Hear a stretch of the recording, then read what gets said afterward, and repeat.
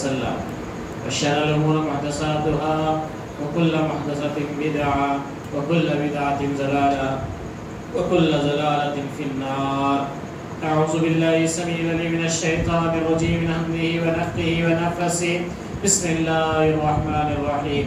اتبعوا ما أنزل إليكم من ربكم ولا تتبعوا من دونه أولياء قليلا ما تذكرون. قابل احترام مسلیان حضرات اور پردہ نشین ماں اور بہنوں، اللہ رب العالمین کا بے انتہا فضل و کرم ہے کہ اللہ رب العالمین نے مجھے اور آپ کو رمضان المبارک کی عظیم سعادتوں میں زندگی بسر کرنے کی توفیق عنایت فرمائی. یہ اللہ رب العالمین کا بیش بہا ہم پر کرم و فضل ہے، اس پر شکر بجا لانا چاہیے. تو آئیے آج ہم قرآن مجید کی کچھ آیات سے اس بات کا غور کریں گے کہ ہم نے کس کو رب بنایا ہے. ہم نے کس کو رب بنایا ہے. اللہ وحدہ لا شریک فرماتا ہے اتبعوا ما انزل الیکم من ربکم ولا تتبعوا من دونه اولیاء قلیلا ما تذکرون. تم لوگ اس کی اتباع کرو جو تمہارے رب کی طرف سے آئی ہے، اور اللہ تعالیٰ کو چھوڑ کر من گڑت سرپرستوں کی اتباع مت کرو، تم لوگ بہت ہی کم نصیحت پکڑتے ہو. اللہ رب العالمین اس آیت کریمہ میں فرماتا ہے جو قرآن میری اور آپ کی زندگی کے لیے ہدایت ہے، اس کتاب میں اللہ رب العالمین فرماتا ہے تم لوگ اس کی اتباع کرو جو تمہارے رب کی طرف سے آئی ہے. کیا آئی ہے؟ رب کی طرف سے قرآن آئی ہے، رب کا پیغام آیا ہے. اور اللہ تعالیٰ کو چھوڑ کر من گڑت سرپرستوں کی اتباع مت کرو، تم لوگ بہت ہی کم نصیحت پکڑتے ہو. اللہ رب العالمین کہہ رہا ہے کہ ہماری نازل کردہ کتاب قرآن مجید کو چھوڑ کر، اس کی اتباع کو چھوڑ کر اپنے من گھڑت سرپرستوں کو اپنا رب بنا کر ان کی پیروی مت کرو، تم لوگ بہت ہی کم نصیحت پکڑتے ہو. اسی طرح اللہ رب العالمین فرماتا ہے وَاتَّبَعَ مِلَّةَ آبَائِ إِبْرَاهِيمَ وَإِسْحَاقَ وَيَعْقُوبَ وَمَا كَانَ لَنَا أَن نُّشْرِكَ بِاللَّهِ. اللہ رب العالمین فرماتا ہے میں اپنے باپ دادا کے دین کا پابند ہوں.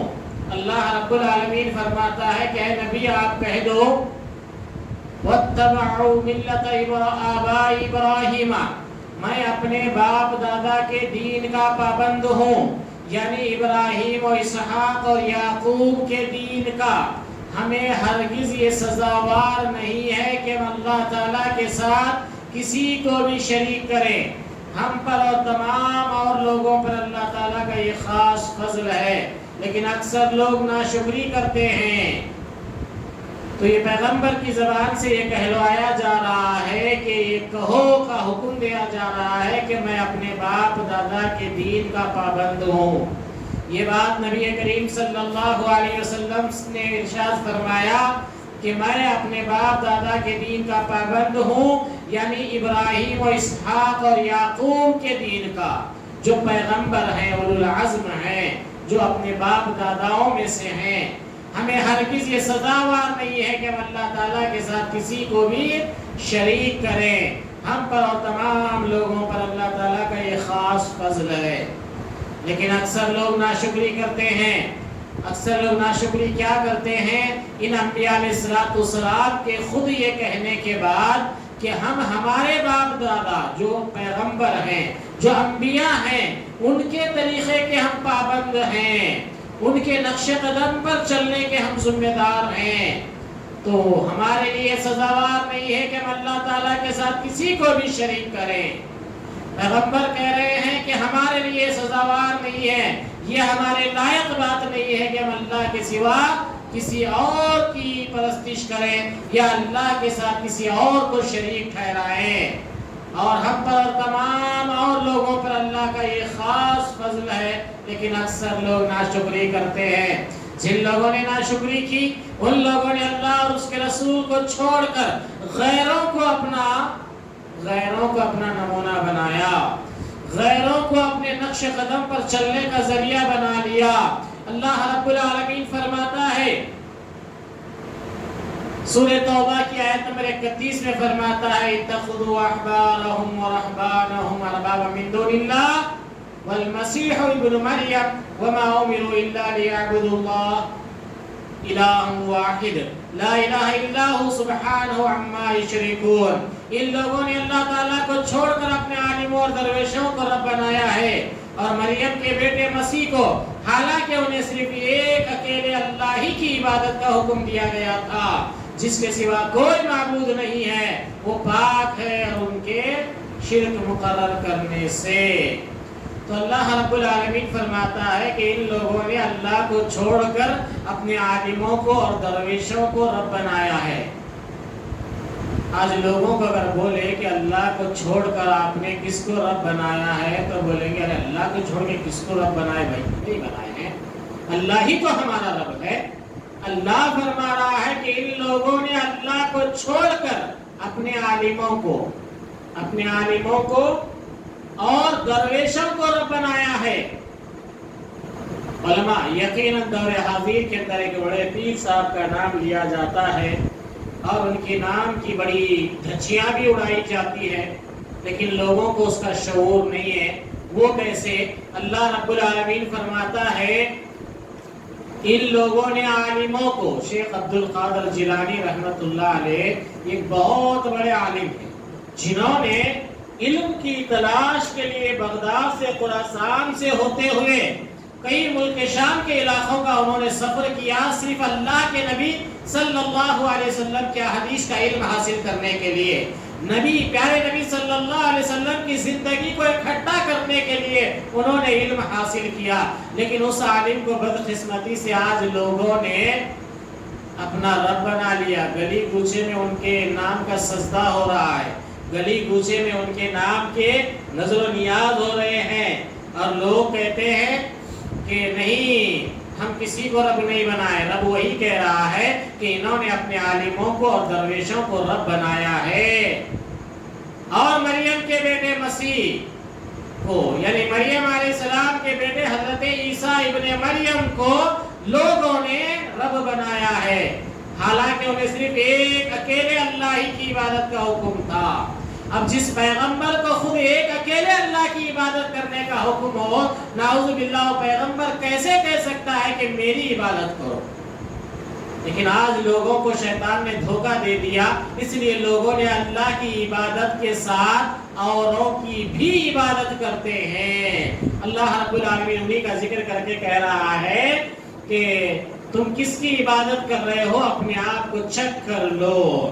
سورہ طٰہٰ کی آیت نمبر 16 میں اللہ رب العالمین فرماتا ہے پس اب اس کے یقین سے تجھے کوئی ایسا شخص روک نہ دے جو اس پر ایمان نہ رکھتا ہو اور اپنی خواہش کے پیچھے پڑا ہو، ورنہ تو ہلاک ہو جائے گا۔ اب یقین کی بات کیا تھی اس میں؟ اللہ رب العالمین کا حکم، اس سے بڑھ کر کوئی یقین کرنے کی بات ہے۔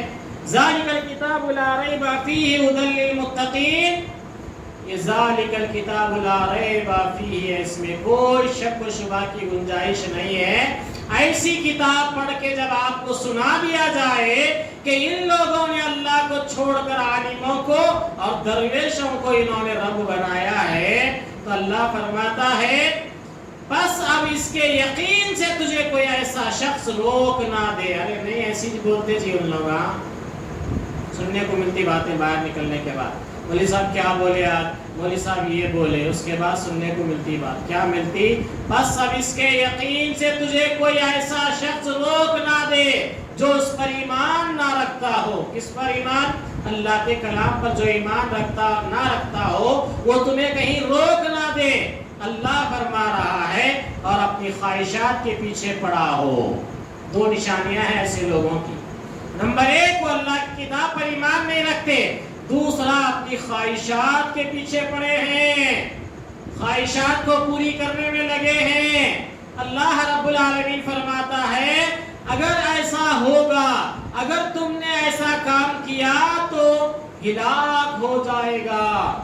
اللہ پیغمبر کو مخاطب ہو کر کہہ رہا ہے کہ اے پیغمبر، اگر آپ نے کسی ایسے لوگوں کی بات سنی جو اس قرآن پر ایمان نہیں رکھتے ہیں، اور ایسے شخص تمہیں روک نہ دے جو اس پر ایمان نہ رکھتا ہو اور اپنی خواہش کے پیچھے پڑا ہو، ورنہ تو ہلاک ہو جائے گا۔ تو ہلاکت اس انسان کا مقدر بن جاتی ہے جو اللہ کی آیتیں سن کر، جو اللہ کی آیتوں پر ایمان نہیں لاتا، اور ایسے آدمی کی باتوں میں آ کر جو دنیا کی زندگی کے لیے اپنی خواہشات کے پیچھے پڑا ہوا ہے، اللہ فرماتا ہے تو ہلاک ہو جائے گا۔ تو جو لوگ اس طرح کے لوگوں کے چنگل میں آئیں گے یا ایسے بھٹکائے لوگوں کے پاس آئیں گے، اللہ فرماتا ہے تم ہلاک ہو جاؤ گے۔ سورہ فرقان کی آیت نمبر 43 میں رب فرماتا ہے، کیا آپ نے اسے بھی دیکھا ہے جو اپنی خواہش نفس کو اپنا معبود بنائے ہوئے ہے؟ کیا آپ اس کے ذمہ دار ہو سکتے ہیں؟ اللہ اکبر۔ اللہ کے نبی صلی اللہ علیہ وسلم سے اللہ فرماتا ہے، کیا آپ نے اسے بھی دیکھا جو اپنی خواہش نفس کو اپنا معبود رب بنائے بیٹھا ہے؟ خواہش نفس کو رب بنانا کیا یہ رب نہیں ہے؟ اللہ رب العالمین یہی بات سمجھا رہا ہے کہ تم نے کس کس کو رب بنایا ہے دیکھ لو۔ تم نے اپنے نفس کو بھی، اپنی خواہشات کو بھی رب بنائے بیٹھے ہیں۔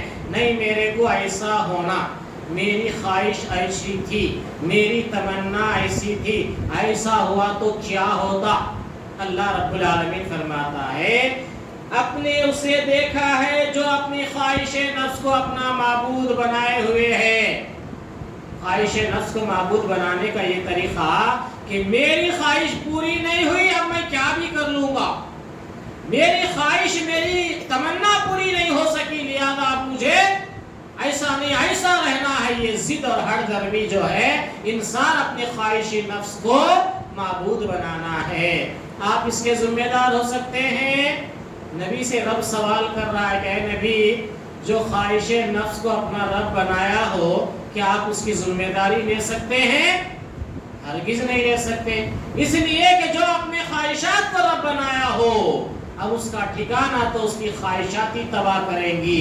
اس لیے اللہ رب العالمین سورہ قصص کی آیت نمبر 50 میں فرماتا ہے، پھر اگر یہ تیری نہ مانے تو یقین کر لے کہ یہ صرف اپنی خواہش کی پیروی کر رہے ہیں۔ نبی کو کہا جا رہا ہے کہ اے نبی، اب تمہاری یہ باتیں، یہ آیتیں کھول کھول کر سنانے کے بعد اگر یہ نہیں مانے تو تم یقین کر لو کہ یہ صرف اپنی خواہش کی پیروی کر رہے ہیں۔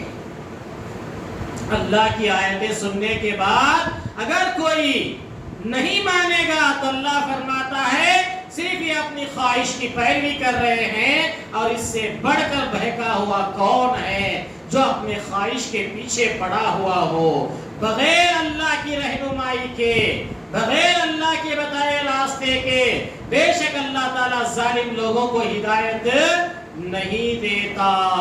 تو اللہ رب العالمین اس آیت کریمہ میں فرماتا ہے، اگر یہ تیری نہ مانے تو یقین کر لے کہ یہ صرف اپنی خواہش کے پیچھے پڑے ہیں۔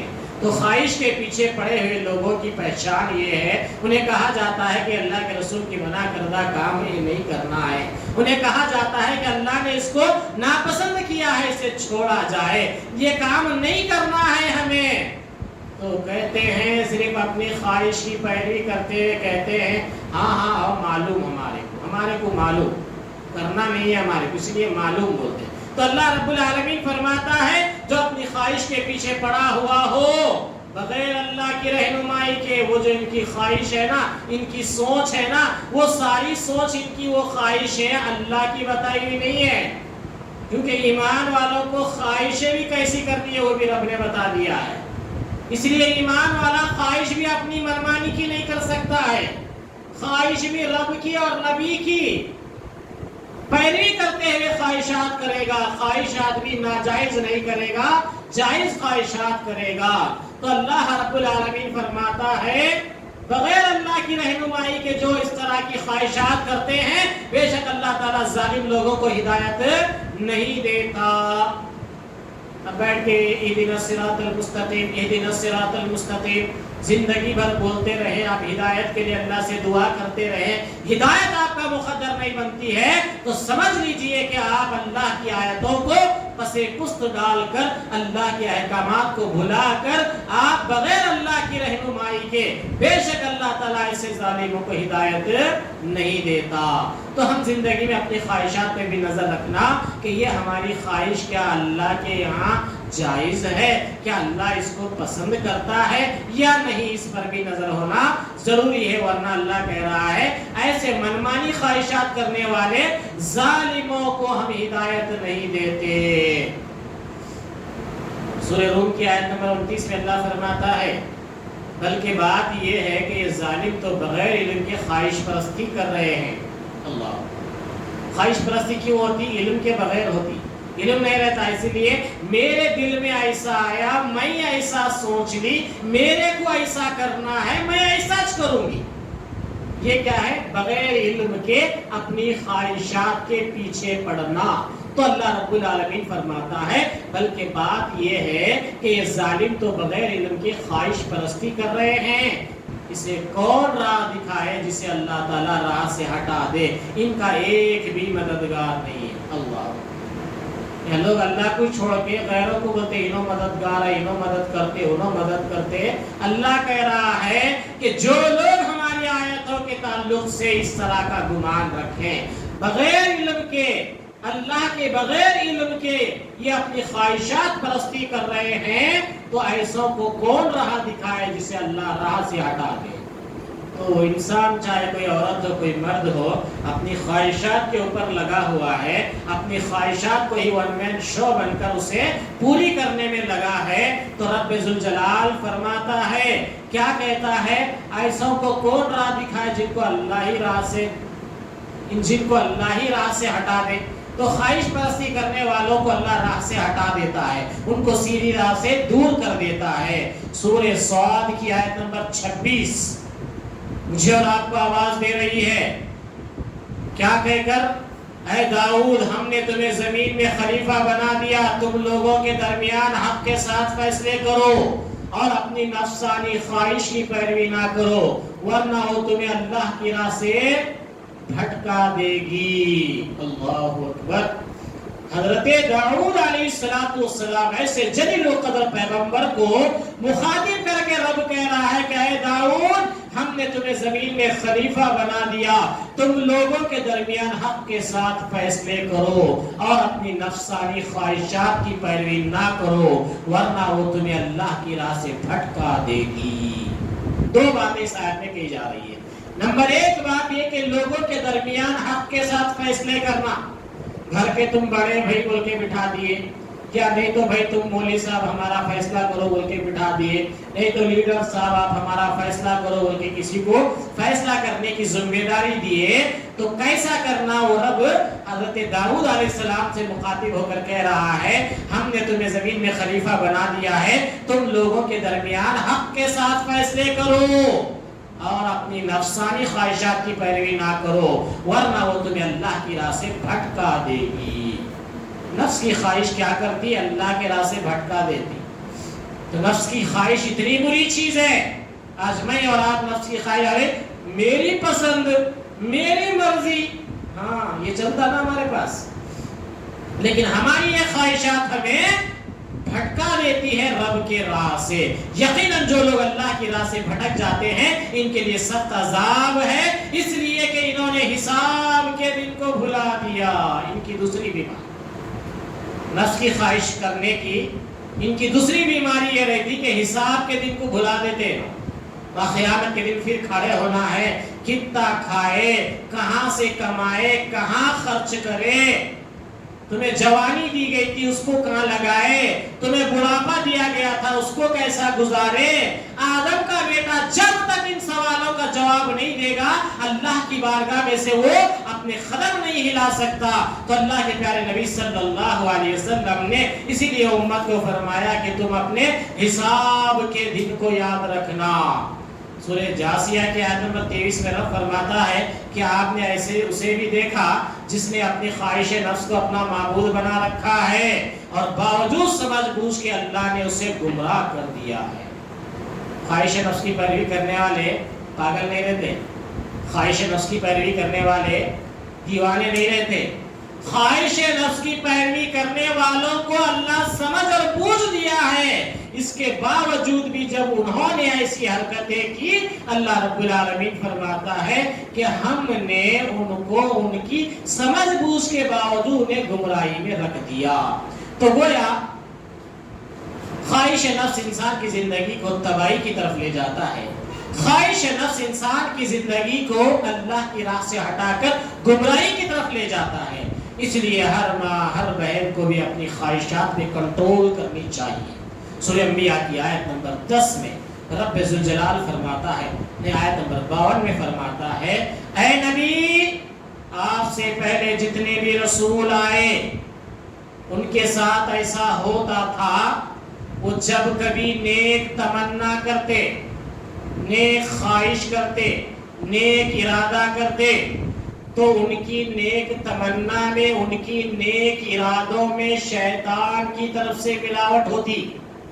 آیت کریمہ بتا رہا ہوں، شیطان کی طرف سے، اے پیغمبر تم سے پہلے جتنے بھی رسول آئے ان لوگ جب بھی کوئی نیک ارادہ کرتے، نیک تمنا کرتے، شیطان ان کی نیک تمنا میں ملاوٹ کرتا، رب اپنے علم اور حکمت سے اس ملاوٹ کو دور کر دیتا اور جو حق ہے اسے باقی رکھتا۔ یہ آیت کریمہ مجھے اور آپ کو کہہ رہی ہے کہ جو ہم خواہشات کرتے نا، وہ خواہشات کو لگام بھی دینا۔ پیغمبروں کی خواہشات میں شیطان کی طرف سے ملاوٹ ہو سکتی، اس امت کے لوگوں کی خواہشات میں کیا کیا ملاوٹ ہوئی، کسی نے غور کیا؟ کہیں بزرگان دین کے نام پر آج ہم اللہ کو بھلا دیے، رسول کو بھلا دیے، بزرگ کی چوکٹ پکڑ لیے۔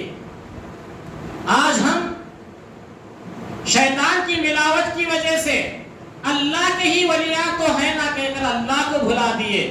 بہت سے ایسے گنجٹیوں کو بھی آج آپ دیکھ رہے ہوں گے جو یہ کہتے ہیں کہ ہم فلاں کے مرید ہیں، ہم فلاں کے پیالہ پی کے ان کے مرید بنے ہیں۔ کر کیا رہے ہیں؟ پنج وقتہ نماز ہے، ہمیں کو ضرورت نہیں ہے۔